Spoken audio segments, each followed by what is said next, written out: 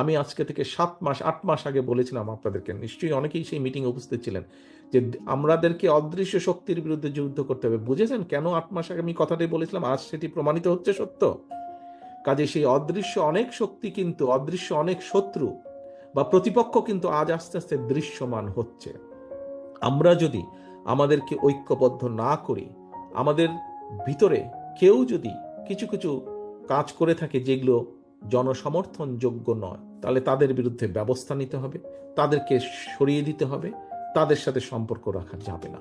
আমরা যদি এই কাজগুলো না করি, আমরা যদি নিজেরা ঐক্যবদ্ধ না হই, তাহলে আমাদের 31 দফা বাস্তবায়ন করতে হয় পারবো না। যদি 31 দফা বাস্তবায়ন না করি, তাহলে আপনার যে গত 15 বছর ধরেন, 15 বছরকেই যদি আমরা ধরি, 15 বছরের যে আপনার ত্যাগ, 15 বছর যে আপনার উপরে অত্যাচার, নির্যাতন, যে কষ্ট, সকল কিছু বৃথা হয়ে যাবে।